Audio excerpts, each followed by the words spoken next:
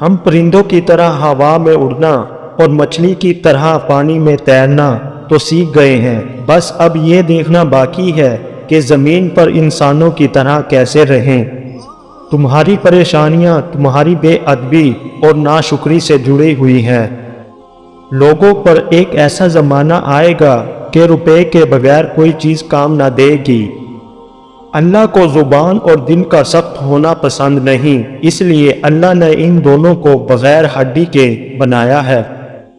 جب عقل مند بوڑھا ہوتا ہے تو اس کی عقل جوان ہو جاتی ہے، اور جب جاہل بوڑھا ہوتا ہے تو اس کی جہالت جوان ہو جاتی ہے۔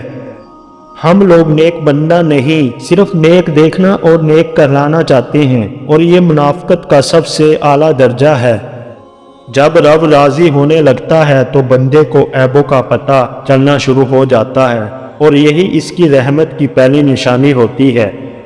نیک عورت اگر خود کو مضبوط بنا لے تو اللہ پاک اس کی عزت کو ہمیشہ پردے میں رکھتا ہے۔ صبح کی نیند انسان کے ارادوں کو کمزور کرتی ہے۔ منزلوں کو حاصل کرنے والے کبھی دیر تک سویا نہیں کرتے۔ غریبوں کی ہائے اور فارغ لوگوں کی رائے کبھی نہیں لینی چاہیے۔ اگر رزق عقل اور دانشوری سے ملتا تو جانور اور بے وقوف بھوکے مر جاتے۔ فضول گفتگو سے دو قسم کے لوگ ہی بچ سکتے ہیں، ایک جس میں علم کی کثرت ہو اور دوسرا جس میں ذکر کی کثرت ہو۔